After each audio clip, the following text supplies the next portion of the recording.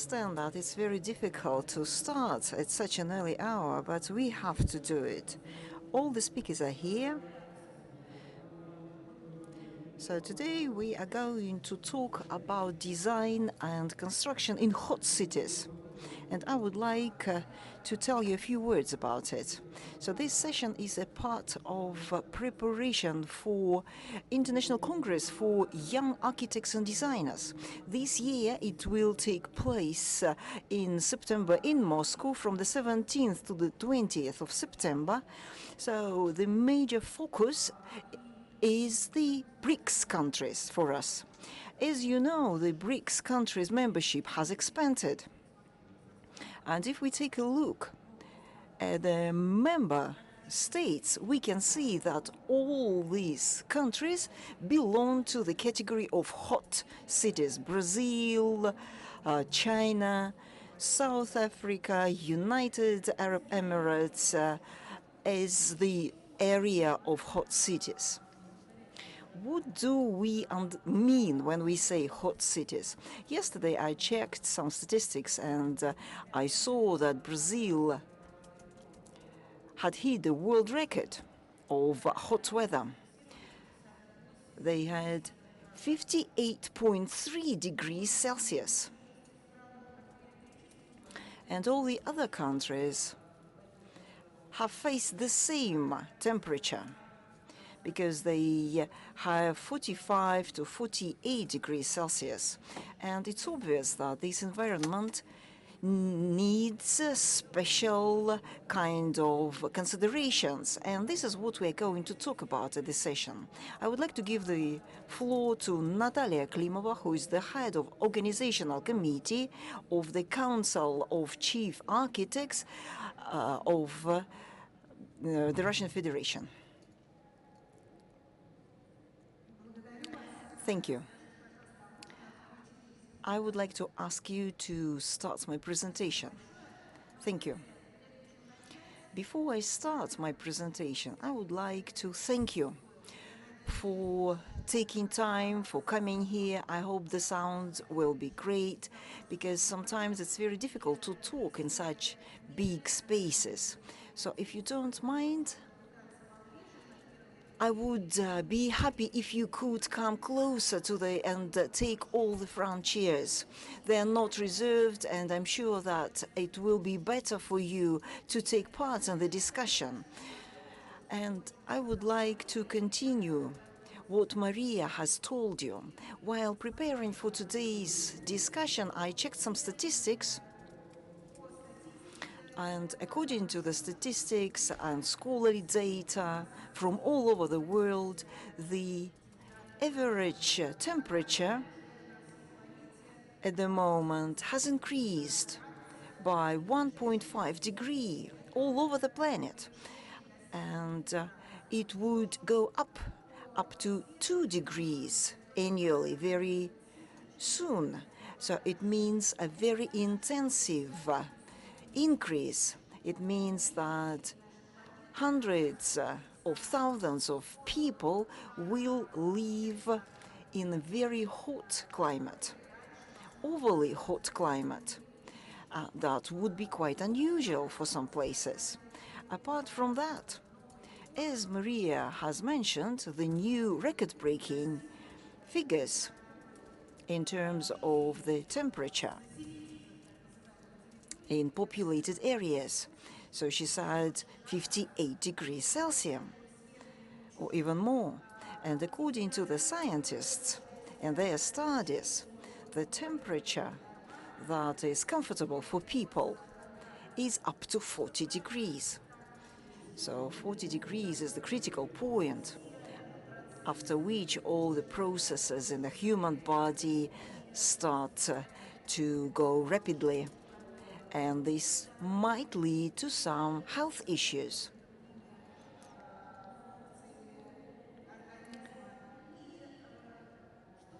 So why are we saying this? Just to remind you that hot climate can be divided into two large categories. the dry climate and humid climate. Here you can see some average figures, and if we look at the dry climate, there'll be very high fluctuations of temperature during the day. There'll be a very big fluctuation between day and night temperature indicators. There is dry wind and irregular precipitation throughout the climatic year. If we take a look at the humid climate, it is characterized by increased radiation due to the refracted sunlight from the clouds that gets to the ground. Apart from that, there are rainy seasons. And as to the winds, there we can see squall winds both at the beginning and at the end of the season. This is just a brief description of this climate, and that's why it is the artificial facilities, architectural complexes become more significant, and not only in terms of architecture, but also some design elements related to the artificial development of the environment. And here you can see several factors that have to be taken into account.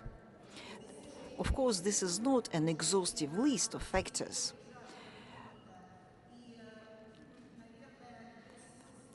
So we have to take them all into account. First of all, they include natural ventilation. It means that we have to use the area as much as possible, creating some patios, some courtyards, the windrows.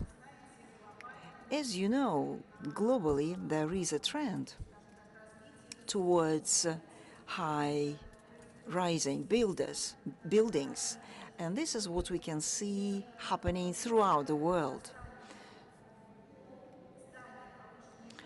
So if we build high-rises, it means that the winds can change. So it usually changes closer to the ground, and it leads to less comfortable conditions for humans that have to live next to those high-rising buildings. And the experts haven't yet found the solution to this problem. So many cities in Russia have actually suffered due to this. I can give you an example of Anapa. This is the city on the Black Sea. It used to be very comfortable. It was very different because it had a unique rose of winds.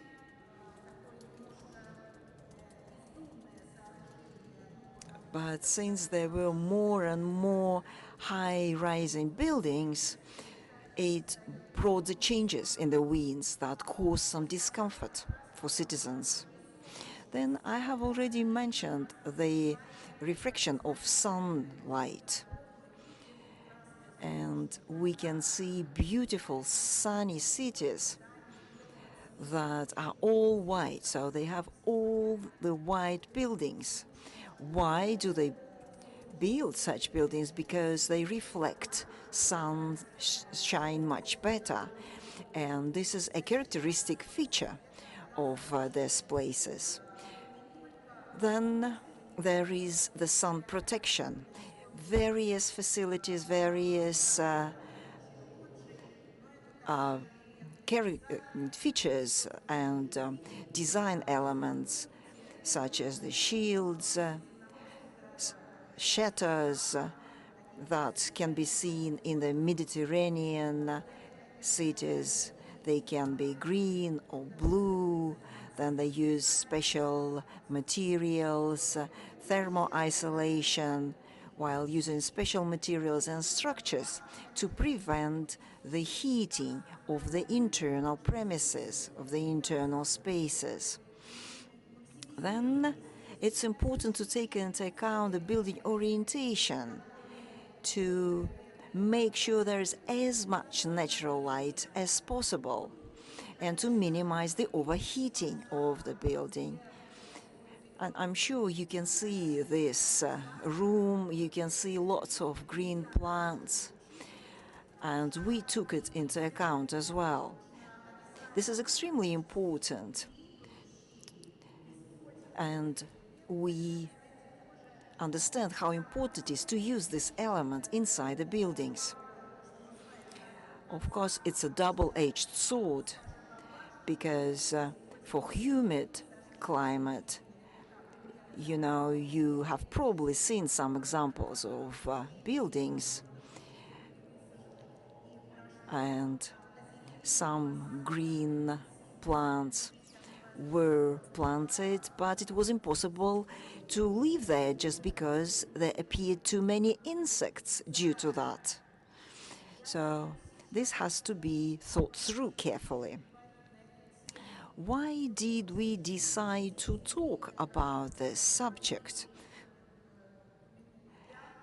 Just like Maria mentioned earlier, the changes that we see at the moment are really serious, and they concern not just one country or one city. We have the Deputy Minister for Construction and Architecture of Saransk. It's not the hottest city. So when we were on the way here, Yelena mentioned that they might have up to 40 degrees Celsius outside. And it means that we have to work on that. So as part of the Congress for Young Designers and Architects, we're going to hold a competition. It is called Step Beyond, and we would like to discuss different issues related to pushing beyond the boundaries, when people go beyond to the boundaries. So one of the nominations of the competitions would be related to hot and cold cities. So I wanted to draw your attention to this aspects in particular, because you might be working with young architects, with young design specialists. So we do encourage your specialists to take part in this competition and to think about the problems and the questions that I have raised here. Thank you very much for your attention. Here you can see my contact details, so we will be happy to get in touch with you and to get your applications. And please feel free to come to me after the session and talk to me. Thank you. Thank you for this introductory presentation, because you have outlined quite a few issues that have to be taken into account during the design and architecture. And I would like to give the floor to the director of various architectural projects, Almaz. And I would like to ask you to talk about the problems that you have encountered and what kind of recommendations or advice you can give to those that are going to work in such areas. Thank you, Maria. Thank you for this invitation to talk here. I'm very happy to be here at this forum. I would like to welcome all the attendees. So my company, TLP Architects, is a part of European engineering complex. It's a European company. We have been working in Russia since 2011. We have 250 people at the moment, so the company has grown dramatically. We have the central office in Moscow. We have also an office in Minsk and St. Petersburg. We promote BIM. Probably you know this concept. Since 2010, 2011, we have been promoting this BIM concept. So the technologies of information modeling, and there are many myths and legends related to this concept. Some people overestimate this technologies. Some people underestimate it, but I can tell you that BIM has not really been fully developed and used in Russia, not by 100% at least. So there are quite a few challenges that we have to deal with. We are developing our own information technologies here in Russia, and the majority of the market players have been using the global instruments. So talking about hot and cold cities, I can tell you that the biggest challenge that we face as designers, as an urban planner, as well as architects. So I'll try to make it as simple as possible. I'll explain how we deal with these tasks using information technologies. Natalia has already said that the biggest challenge due to hot climate is related to high temperatures and high humidity. So from the engineering point of view, we have to do our best to make sure that our buildings are protected from hot temperature. So the engineers have to work to make sure the building is protected from high temperature, to make sure that the temperature is comfortable for the residents to live in. So to protect the building from the hot temperature and to ensure the good ventilation in the building, to reduce the humidity level. So it's a dual task that we are dealing with. And there are two ways. One is a passive way of resolving this issue, and the other one is the active way of resolution. It is all related to energy efficiency and energy consumption. So what can we do to reduce the energy consumption to the utmost extent? So in hot countries, about 35% of energy is used to ensure energy efficiency. That's a very high percentage point. In Russia, it's much lower. It's about 15 to 20%. So when we work in such extreme conditions, such high energy consumption, the architects and designers have to think how they can reduce the energy consumption. That's why we use BIM. This is an opportunity to model all the processes. So before we build something, we can model the geometry, the conditions for the buildings. So there's a term called BEM. It means building energy modeling. So what do the designers do? Let's say there's a functional task from the customer, from the beneficiary. For example, they say, we need this building in this place, this is the size of the building, and these are the functions that it has to serve. So if we can use modeling, we start with basic geometry, with basic forms and shapes of the building. Next, we start modeling processes. Not only the functional approaches, not only the aesthetics, but we start modeling the conditions for the building to operate. And this is when we use this BEM model related to building energy modeling. There is different kinds of software that we can use in order to model various processes. For example, sun radiation, based on the location of the object. So we can model internal temperature, we can model insulation. So it's a multi-iteration process. We can change the parameters in any way. So we start with geometrical shapes and forms. You probably know agile programming. So we are trying to change the parameters in order to achieve the optimal parameters for the building and to identify the best orientation of the building. Just like Natalia said, orientation of the building is extremely important in terms of radiation and the winds. So we do our best to make sure there's the best ventilation system in the building. Once we model this multi-iterational process and identify the best orientation of the building, we move on.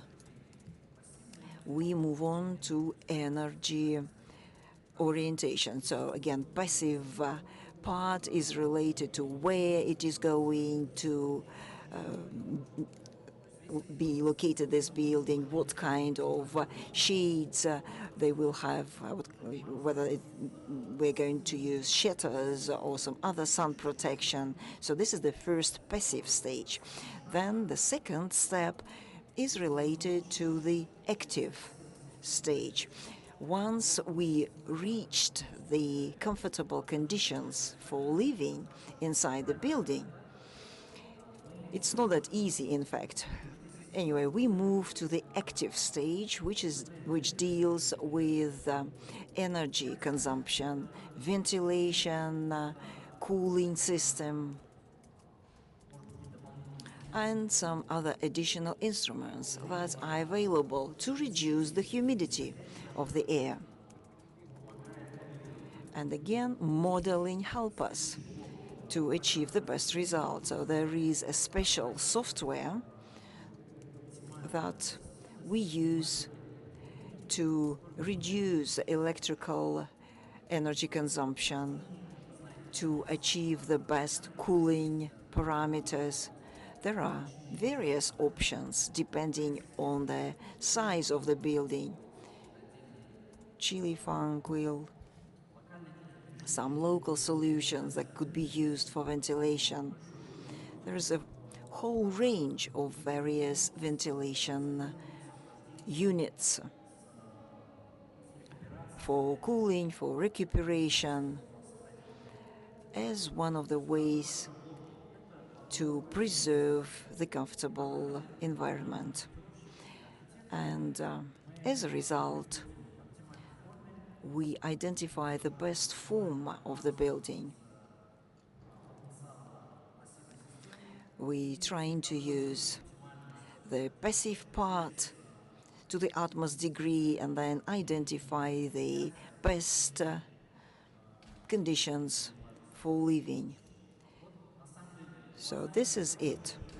This is what the designers and building planners do.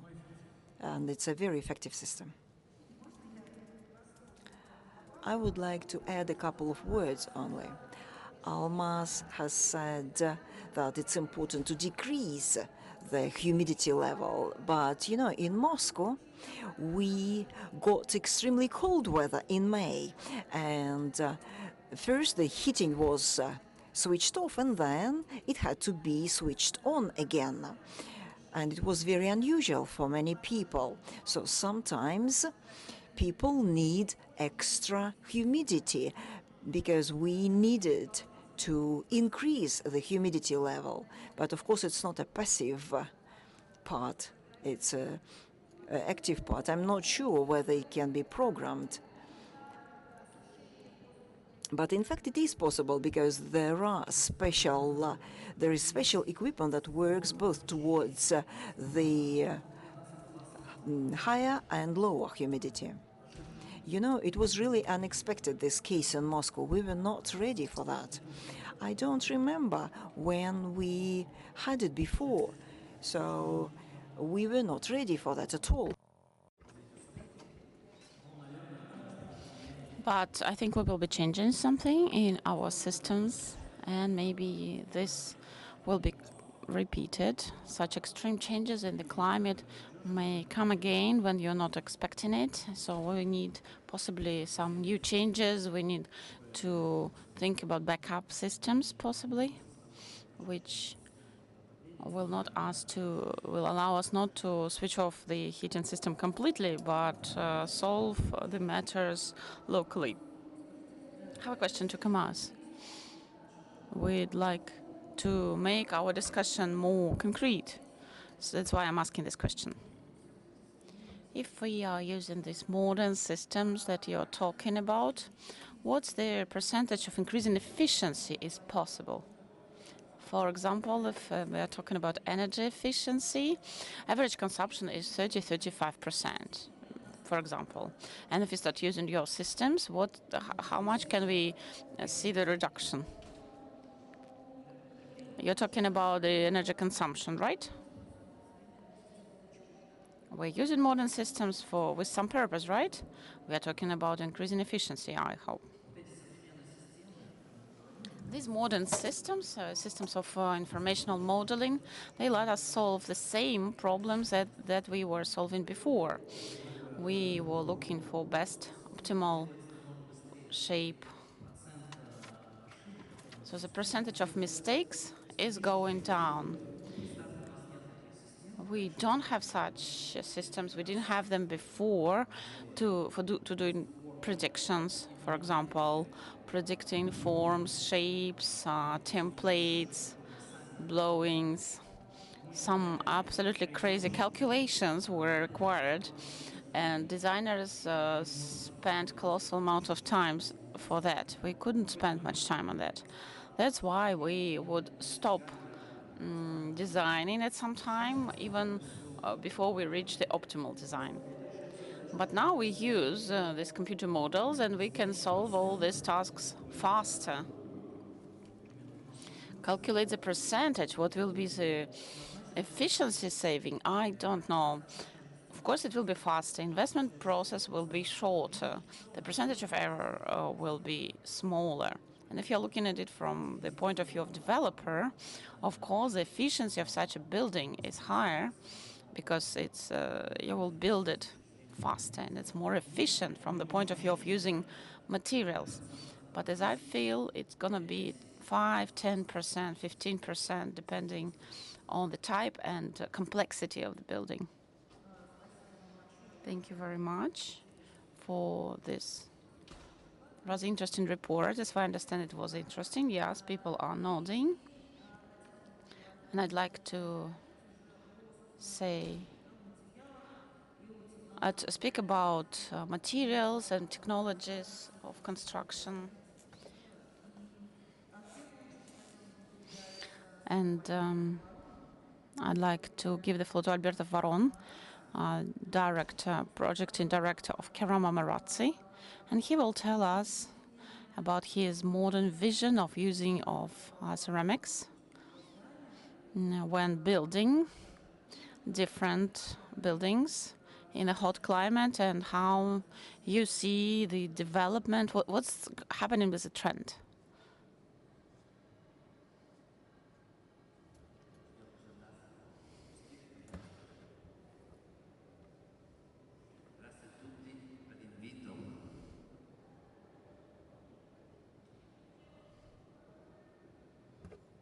Не работает микрофон? Коллеги, микрофон не работает. У переводчика не работает микрофон. Помогите, пожалуйста.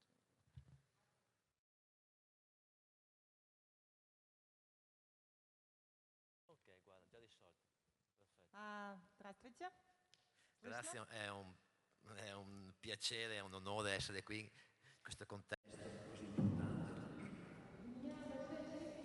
That's the great honor for me to be present here at this important event. And I'm like especially to be talking about things I really love.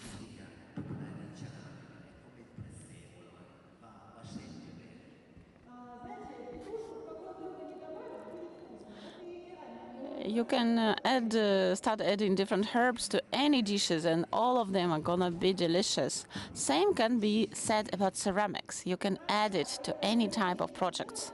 Ceramics is the oldest materials, and it's part of heritage of many countries.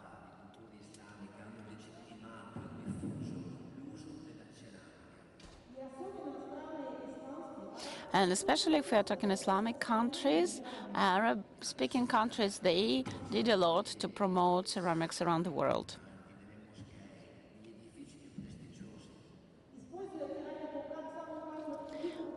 They use ceramics in some of religious buildings and also in all their magnificent palaces.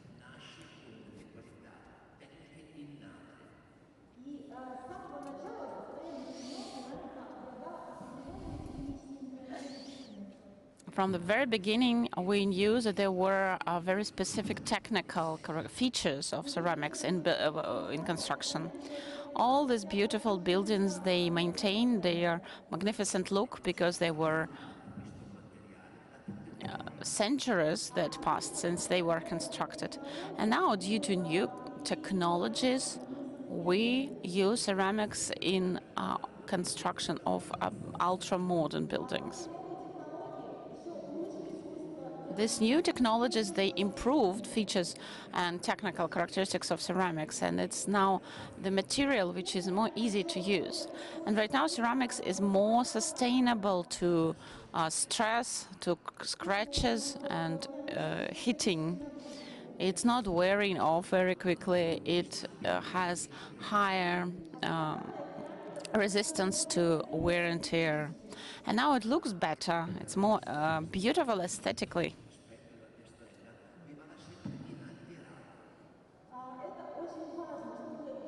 And this is very important to make sure that external appearance of ceramics doesn't change with time.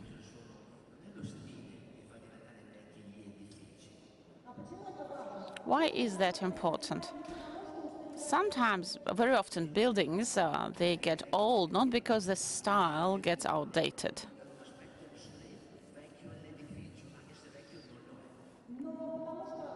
But it looks old because if you use bad quality materials, they wear too early and the building looks old.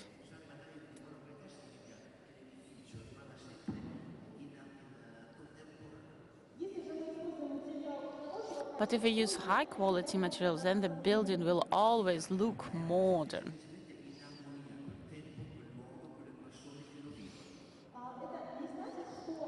And it doesn't mean that the building will be answering the highest trends, but it will look okay for the environment where it's built, and it will look normal for the time. We are happy to show you the Proud, which was built in Turkmenistan, Ashgabat. That's a very large-scale project. Ashgabat, of course, is one of the hot cities because during the summer temperatures are very high. Average hourly temperature is plus 40 degrees, and it's more than 40 when the sun is shining. It's very important to use white color because white does saturate sun rays, and it stays colder. The size of the project, I will tell a couple of words. So it was the master plan of development. 400 square meters of materials were used, 40 to 80 centimeters format. We used we tried to test 40 different tones or hues of white color. We know that white color in architecture and in design has a special role. And at Kerama Maratsa, we have a special catalog which is dedicated to white products. And it would suit any type of premises, starting from the smallest formats to the biggest 120 to 320 centimeters format of materials.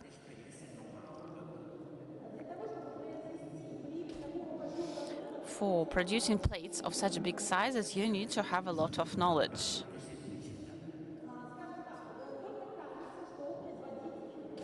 It looks like it's easy to produce, yeah? You may think that it's very easy. White color has depth.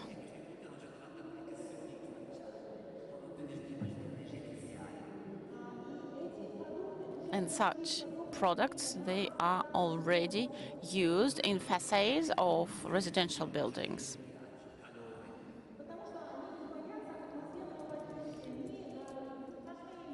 Because they're not afraid of different temperatures, freezing temperatures or extremely hot temperatures.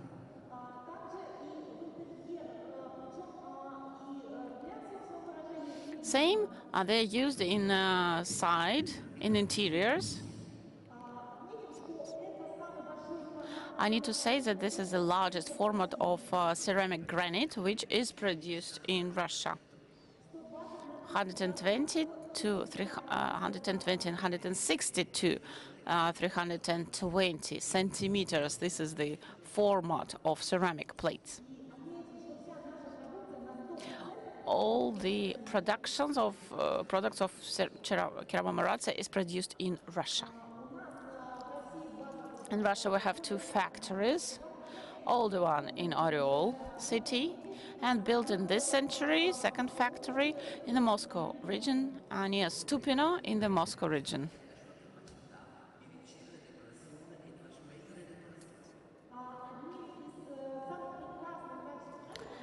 One of the greatest features of ceramics is the following. You can put decorative elements on top of it.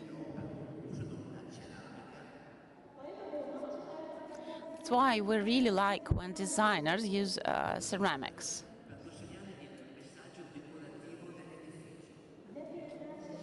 When they want to transfer a certain decorative message from a building. And sometimes they create such aesthetics which takes into account cultural features of a certain location.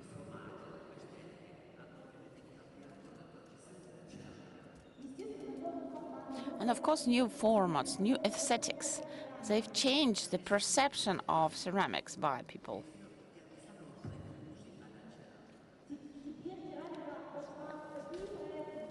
Now ceramics is used in certain projects where even several years ago it was not possible to perceive that ceramics will be used.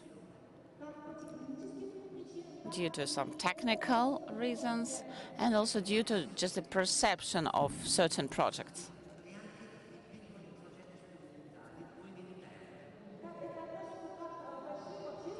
I'm talking about some larger public spaces and also smaller spaces with experimental small areas.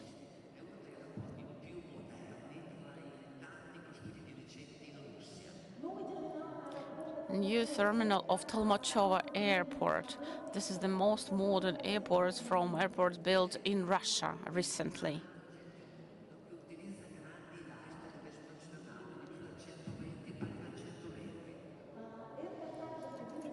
This is one of the largest projects throughout the world where ceramics is used.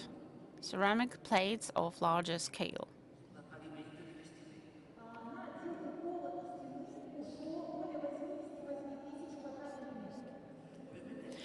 "88,000 square meters of ceramic plates were used for floor and walls. It creates this feeling of a unified space.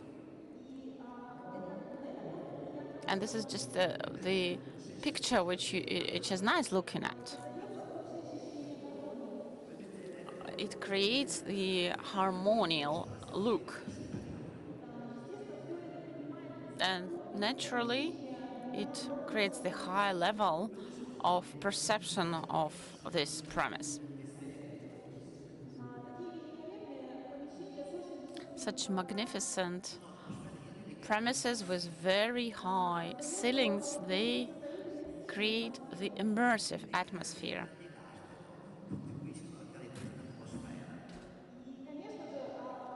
And of course, ceramic granite of larger scale is easily creating such type of atmosphere.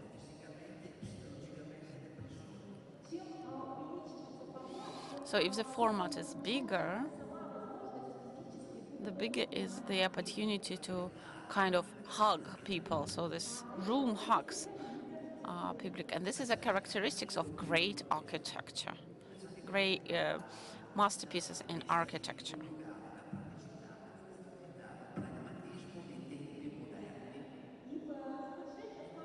And to sum up, I'd like to say that ceramics has the right to can combine all the modern technological characteristics, because right now we need speed, we need materials to be practical, we need them to be efficient. But ceramics also give you the charm of ancient times.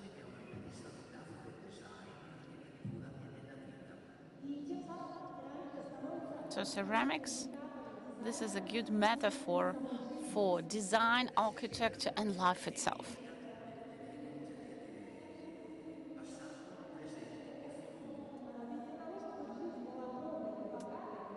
Because if you want your life to be full and rich, you need to combine past, present, and future. Future belongs to everyone. We can manage our future. Future is ours. Ceramics helps us to build and define our future. Thank you.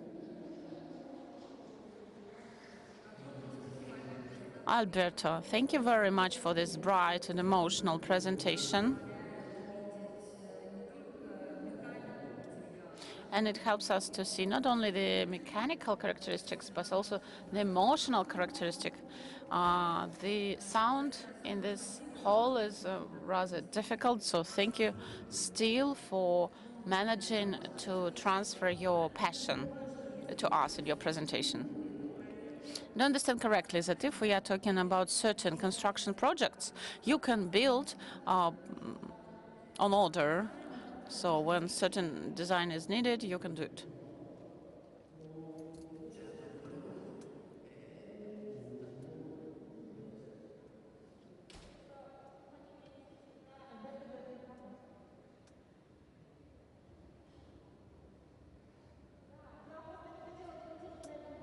I didn't want to highlight this because I didn't want to boast too much, but yes, we can create custom-made orders. We have a certain department which works with custom orders. That's our brand, sub-brand, Surface Laboratory. This department works together with designers, architects, and some of these projects which I've shown on the presentation, they were custom-made projects from this department. Thank you very much. Then I'll give the floor. Can I also ask a question, if I may? Alberto, I'm a designer myself, and I understand that you need to sacrifice something if you want to achieve something really magnificent looking. Huge facades, they create huge load or pressure load on the building. You said that the minimum width is 6 millimeters for such plates. But are you doing something to make this thickness smaller? Because as far as I understand, it's too much load. And there are some plates of 3 millimeters of the same format. So what are you working with, what are you doing with regards to that? Because for us, the weight of the construction is a problem, because they're very heavy.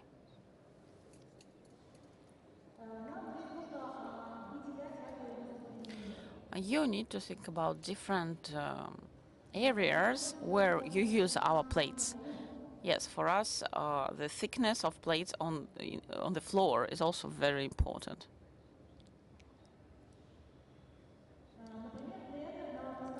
For example, for Novosibirsk airport, we won the tender as the architect wanted to be sure that plates will be rather stable and they won't break. And plates of 11 millimeters, their mechanical stability is 3 times more than for the plates which have thickness of 6 millimeters. That's why we decided to use plates of 11 millimeters and 6 millimeters for the walls. We also have the light technology, double burning technology tiles.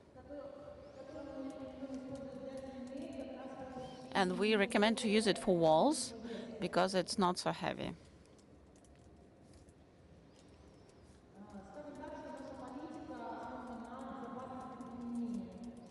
Our policy is based on the safety of use.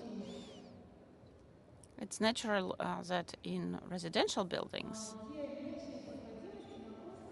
where there is not such a big traffic of people and the load is not so big, so such characteristics are not very critical there.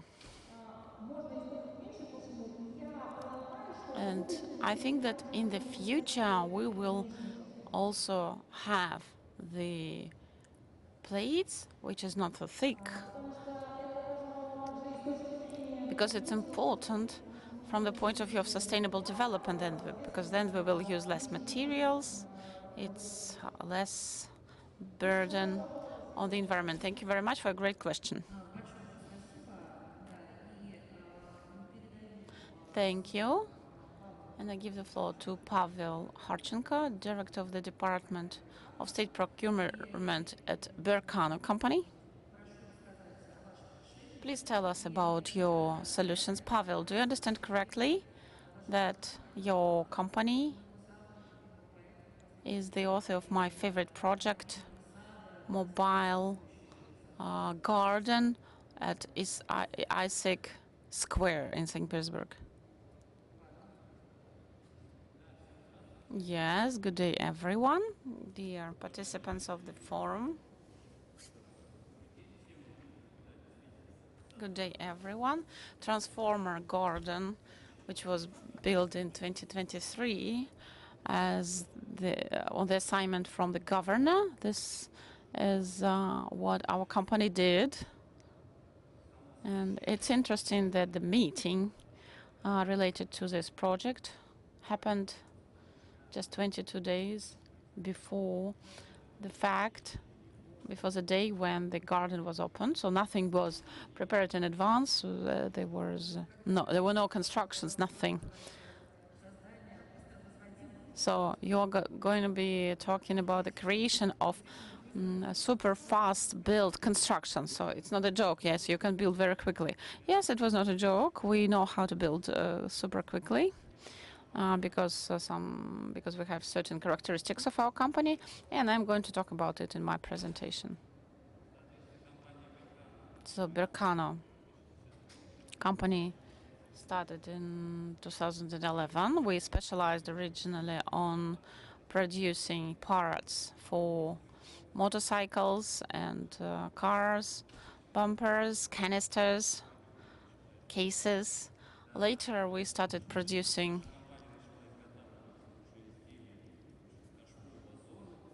vases and street furniture.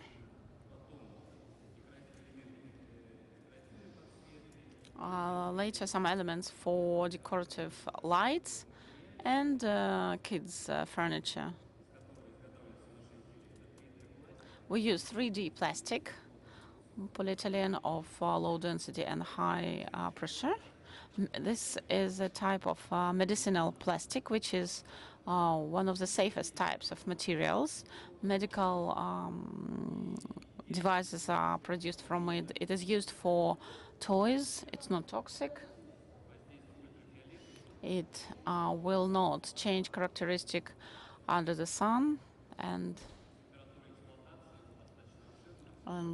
you can use it from temperature -60 to 60. It will not change its properties. In the sun, it's very durable and very light. And our company is also has certain special characteristics. So we produced the construction for this transformer garden, and we know how to produce parts starting from the sketch, from the design draft. Then we create prototype from polystyrol and sand. We show this detail to a customer, and after that we create a form from aluminum through the matrix, and after that we produce the part itself. We have good production capacities, so we knew how to produce this transformer garden in very short time. In the last years there were some other interesting projects, not only this garden you were talking about.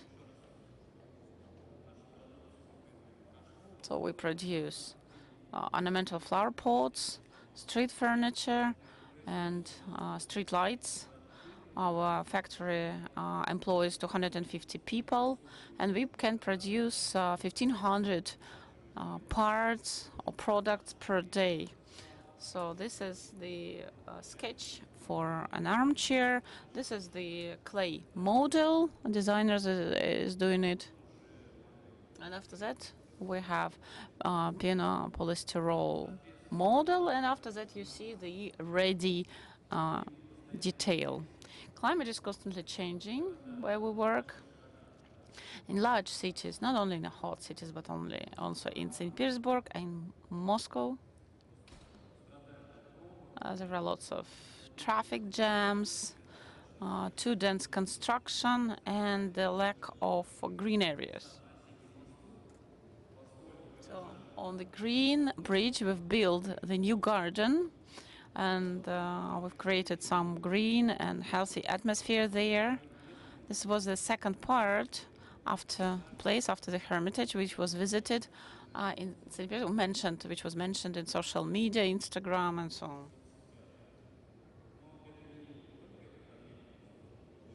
But we had another garden built, transformer garden, on Manezhne Square, Flower Jam Festival. Our decorative flower pots were used there. It was visited also by lots of Muscovites, and this festival will be repeated again this year, same as on the Isaac Square. You can see the photos from the Isaac Square garden transformer. There are questions also about the plants, how long they live. I would say that as the summer was very hot, with temperature of over 30 degrees, and these plants are located on the parking lot, but still no plants died. They were later on moved, replanted to the real soil. Another square in St. Petersburg, it was empty before we started working there. We did it quite quickly, just from scratch.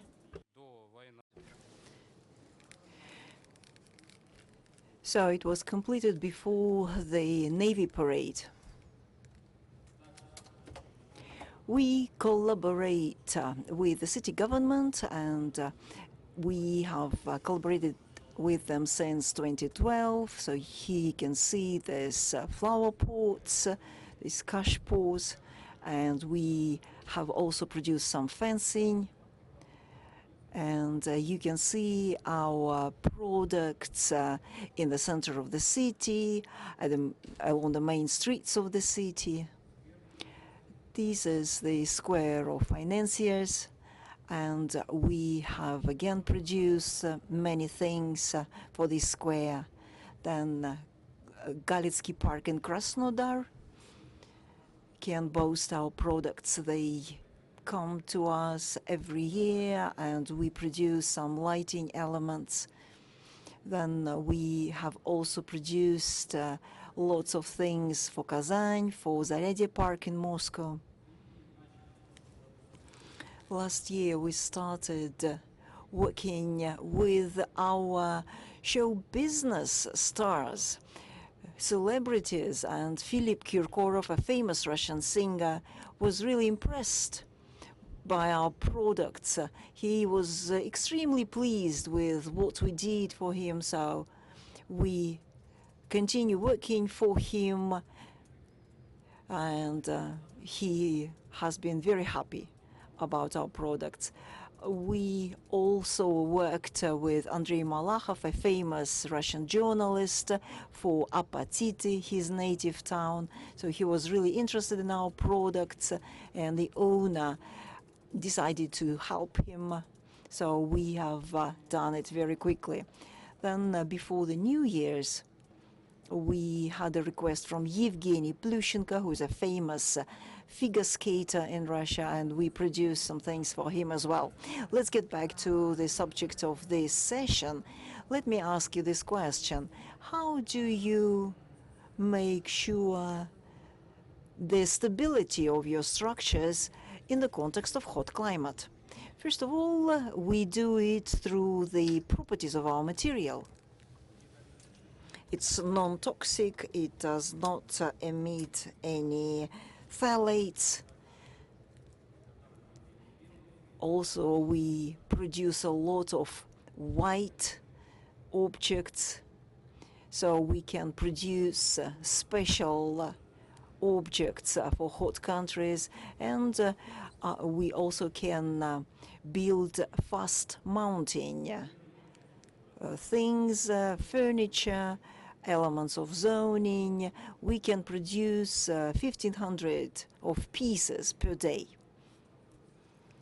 That's a fast pace, and our vertical greening structures can create additional green areas during the summertime, during the hot weather especially. So there's no need for any engineering surveys, because everybody knows that there are no places in the big cities without any utilities, without any underground structures. So just to emphasize my point, our structures are fast to erect. We produce 1,500 thousands of items per day, no need to fasten, no need for fixtures of any special kind, so no need to make any changes to the pipelines underground, because we work with electrical pipes, with sewerage systems in the cities. So we are happy to satisfy any needs of the customers and design engineers. Many people are very negative about plastic. I don't know why. Our Italian colleague told us a lot about ceramics, but we produce our goods made of plastic. It means that they are recyclable, so you can use the same plastic for the second time. And it doesn't need a lot of resources, because we live in the context of limited resources. Yes, it's a very flexible solution. Yes, and I can tell you that we paint all the raw materials as a mass, so when they get out from the oven, it's already painted. It's not that we do it after the production process. And all our items preserve the color. It's very strong.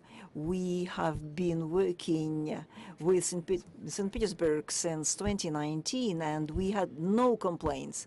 The only complaint that we had was that the fencing was broken because of the accident, the car accident. But then we got to the point, we repaired it, we fixed everything, so no problems. And we have been cooperating with many various organizations for a long time, including the Union of Architects. We supplied our products to many different cities. We work with large restaurants, for example, the Ginza chain of restaurants, Mariinsky Theater, the Tretyakov Gallery, the golf club use our products. The New Year's lights have been used as well. I guess it's time to close. Yes, thank you. Thank you for your attention. It was a very vibrant project, so bright, so beautifully looked, and we can see that actually your solutions can be used not only in hot cities but also in cold cities. So we'll be happy to have you again later. And you working with plastic, it's so to say quite young material because it can help us to create very creative, very interesting kind of form and shape. So maybe some specialists would be interested in using the same kind of material since it offers such wide opportunities. Let me give the floor to our next speaker, our final speaker, but we will also have a Q&A part at the end. So Vladimir Lazonka will tell us about his factory of carcasses, and he will tell us about fast mounting structures, but different kind of structures.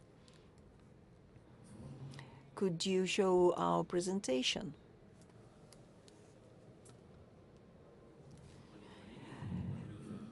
Good morning, colleagues. Thank you for this opportunity to share our experience. I will be telling about the use of our technology in hot cities. I never thought that I would be telling you here in Russia about our work in Bali and in Dubai. So we are an industrial company, and you can see that there is the steel carcass, zinc-coated carcass that can be used in many different places. We make sure there's an optimal combination of different materials. We use energy efficient materials, we use insulation materials, and they're based on biotechnologies.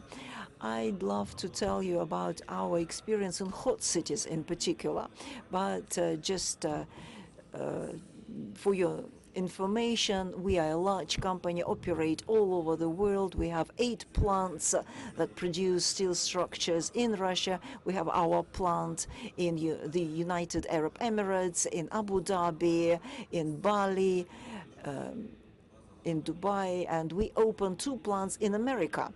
You know, many people would be surprised. How come you do it? You know, I work on the CIS market, and I have a brother who works on the international market. And we have lots of international patents as well as Russian patents, and I would like to show you some of the facilities that we built in the United Arab Emirates. And I'd love to show you the technology itself. So you can see the 9-story building and the top floor, which is built, so it's a special carcass that is seismic resistant. We use various shapes, and they can be used for high rises, for kindergartens, for art objects, for all other kinds of buildings. So this is what we built in Abu Dhabi. This is the villa that belongs to the president of the Arab Emirates. So one of his daughters used our services. The general contractor wanted to work with us because we had to cut off the, so to say, bridge of the heat. You know, in Russia we have a different problem related to cold, and in hot countries, you know, the conditioners require special consideration because there is a lot of condensate that can cause various problems inside the building. So we used our structures across the perimeter. Then we used the insulation layer. 15 centimeters was the thickness of the wall, and in fact it was as good as the stone. We can say that our technologies can help you to improve the energy efficiency by 30%. So it can work both ways. We work from the -50, -60 up to +50 and 60 degrees. The villa has been completed, but they didn't let us take a picture because of confidentiality. So this is the villas on Bali, and apart from very hot climate, there's very high humidity level. So concrete and wood might fall into disrepair very fast. So we took into account, we used monolithic foam and concrete materials, and actually this is mold resistant material. I'm really grateful to the organizers because I can show this presentation. I was worried that we won't be able to display all the projects that our company implemented. These is our apartments and 21 units on the island of Bali. You know, it's a very famous surfers resort. So we created this installation right on the cliff. Here, these photos were made very recently.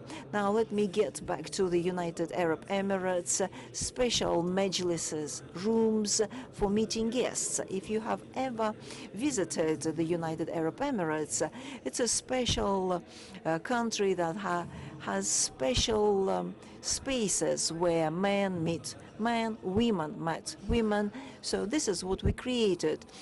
And the technology was, again, conforming to the requirements. Very thin wall that could ensure high energy efficiency, 30% energy efficiency.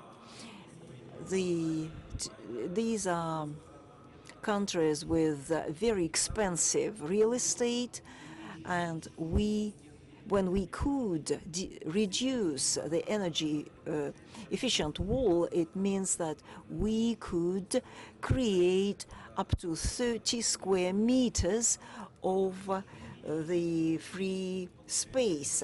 So it means that we could save up to 1 million per square meter.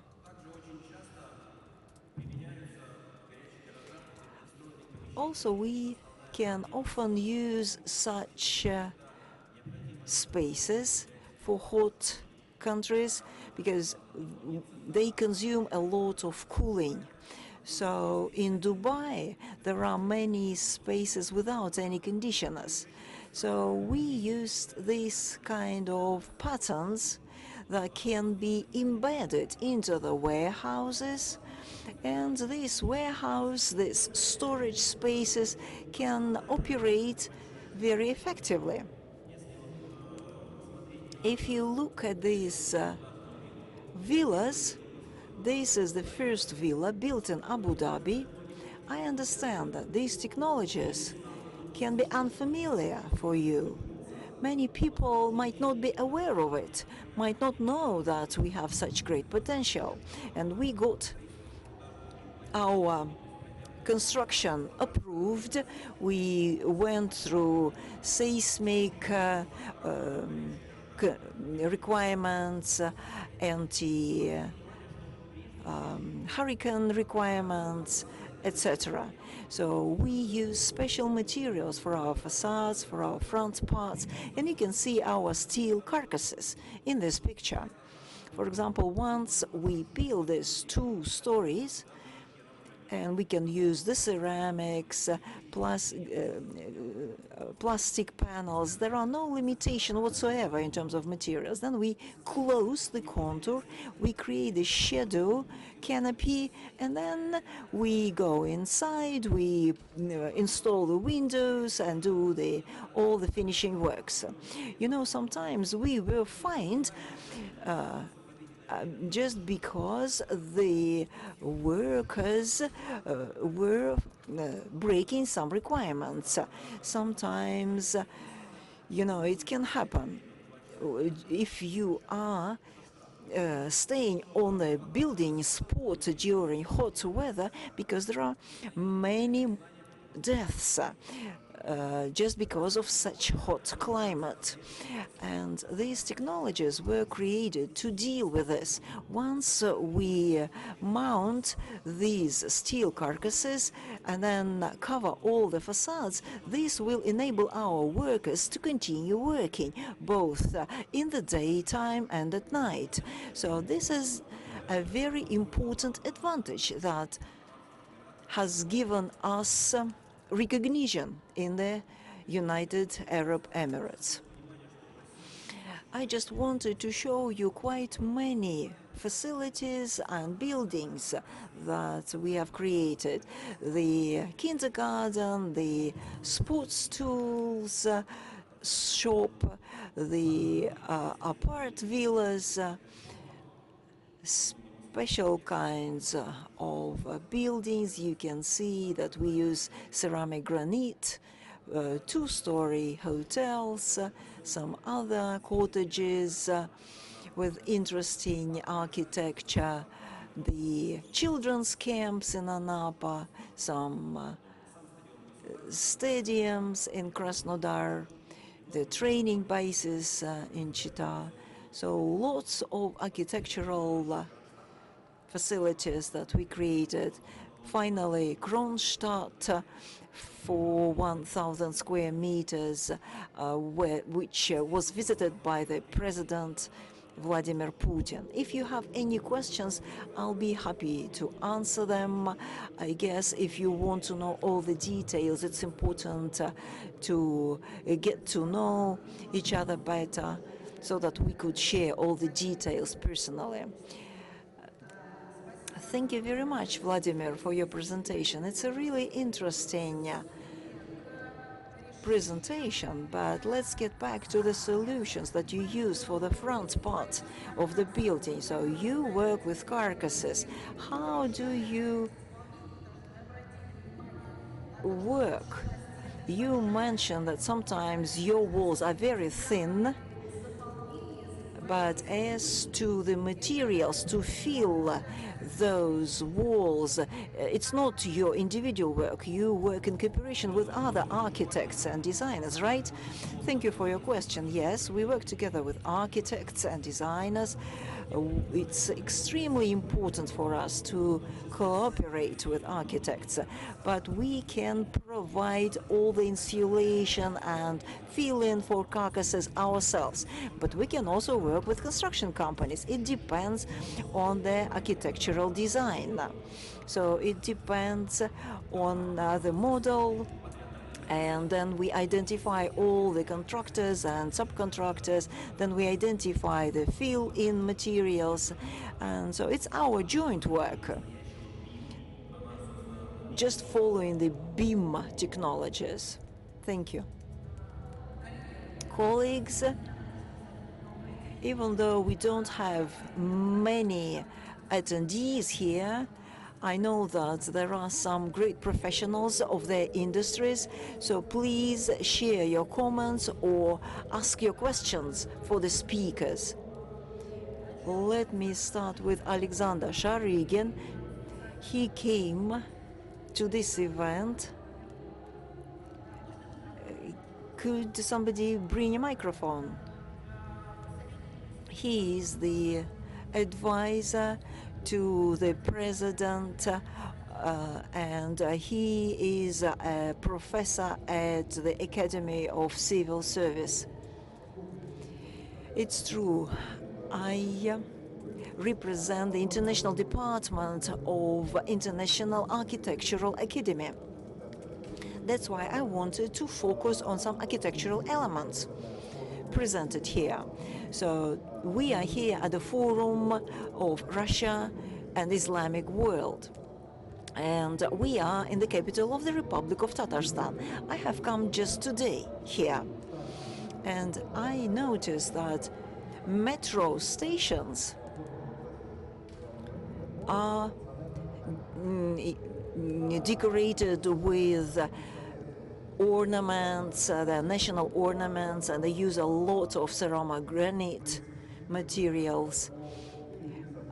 I think it's important to focus on the local context. For example, here, Islamic architecture and local cultural elements as decoration elements are obvious. So I could see some national elements in the Italian architects' work, but I haven't really noticed some Russian national elements exhibited. So I just wonder whether you are going to take account of this. Like 80% of what we have seen looks like European architecture, looks like global architecture. But since this forum is focused on Islamic world, maybe it's worth thinking about some Islamic motifs, some Arabic motifs. Let me answer this. I can explain you why. First of all, I would like to thank you. I would like to thank all the speakers, by the way, and Maria in particular, for the moderating this session.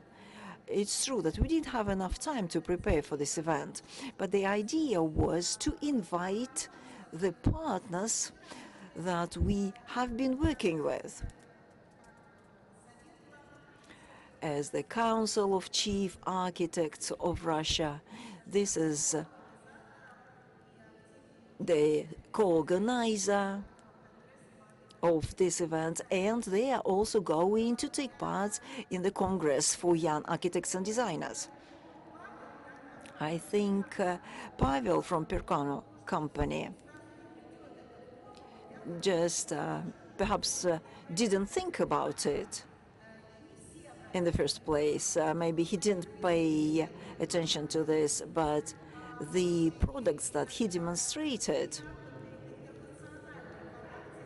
really had some international character. But you might have noticed that there were some symbols of St. Petersburg, because their production facilities are located in St. Petersburg and the Leningrad region. So they work with this cultural capital of Russia, which St. Petersburg is. So there were some symbols, some signs related to St. Petersburg. And this is what can be done for any area.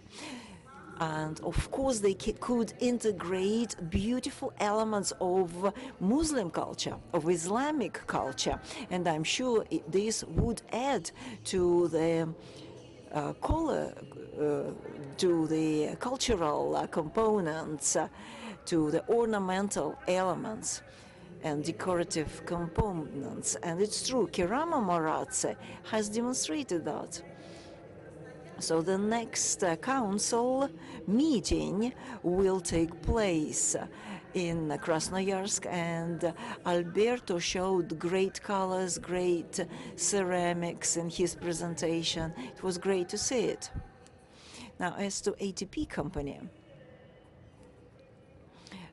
I'm sure engineers, architects, and designers did their best. But Almaz focused on technical things.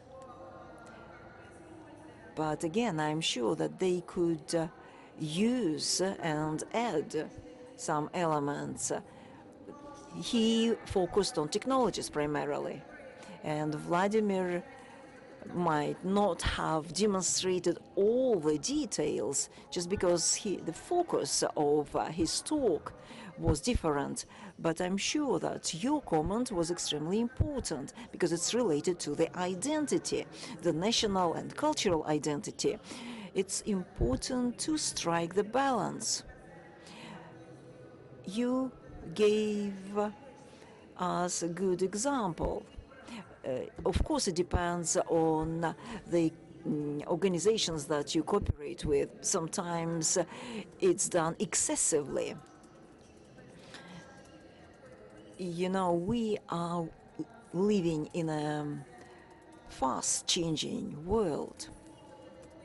That's why we're trying to find a balance between the identity, the cultural, local identity, and international cooperation. So that's why we have to maintain this balance. Okay, thank you. If you want to say anything else, we have Yelena Neretina, who is the Deputy Minister for Architecture and Construction in the Republic of Moldova. Can you hear me? Good afternoon. It was very interesting. I learned a lot, and your fast mounting structures impressed me greatly.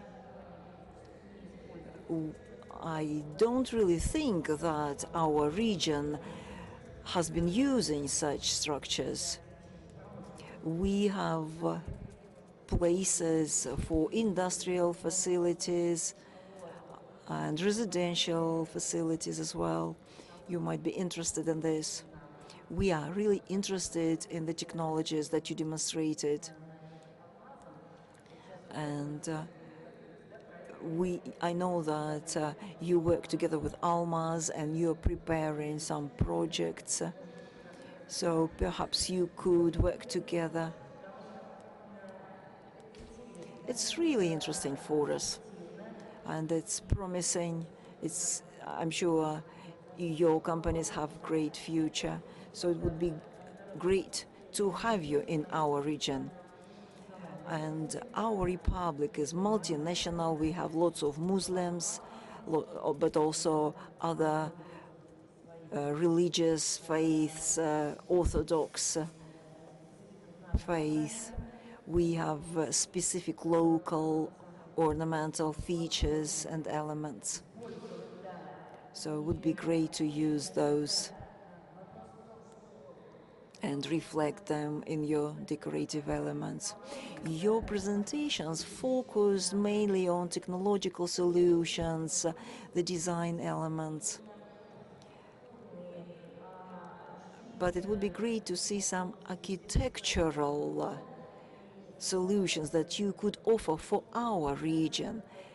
So I would be happy to see more presentations. I understand that you focused on technologies, but you know, architecture is architecture. Whenever we come to see the building, we are interested in the architecture, first of all. So it's just my consideration, my suggestion. Thank you very much.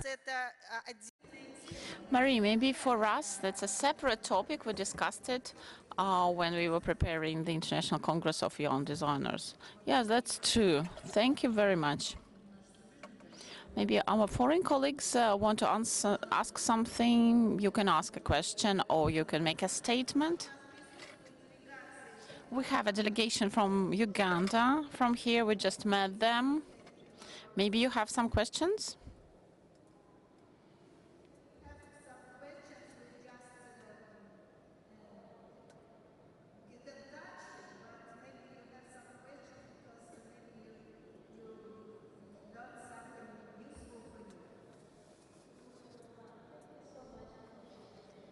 My name is Princess. I am the minister in charge of housing in Uganda. I was impressed by the presentation of Mr. about the modern construction materials which are weather resistant and they are easy to assemble. And I had told our colleague who is helping us here that I would like to get that presentation. I would like to know more about your project and whether we can really partner, because Uganda is still at a primary level of construction. We are struggling with affordable houses, and you know, as a developing country, we know much more of your services.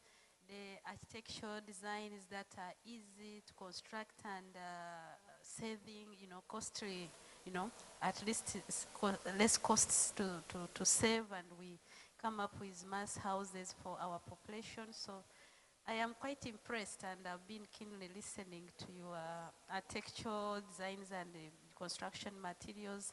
As a minister in charge, I would like to have much more interactions with you. Thank you so much. Ну, я не буду, я, во-первых, плохо слышала, поэтому... First of all, I didn't hear you very well, so I can't translate everything that you've sent. The idea was that presentations were interesting and technologies that were presented, they are extremely useful. And after the end of this meeting, we can speak in person and we can exchange contacts and we can continue talking with each other. Yeah, it's exactly what you said. Огромное спасибо за то, что в этом очень... Thank you very much. The sound in this hall is very difficult today, but we managed to discuss a difficult topic. I hope we continue with cooperation with you. Thank you very much. Let's do a joint photo. Do we have a photographer there? Yes. Let's make a photo. Я предлагаю... Let's make a photo all together. Dear audience, please join the speakers and the photographer will make a photo.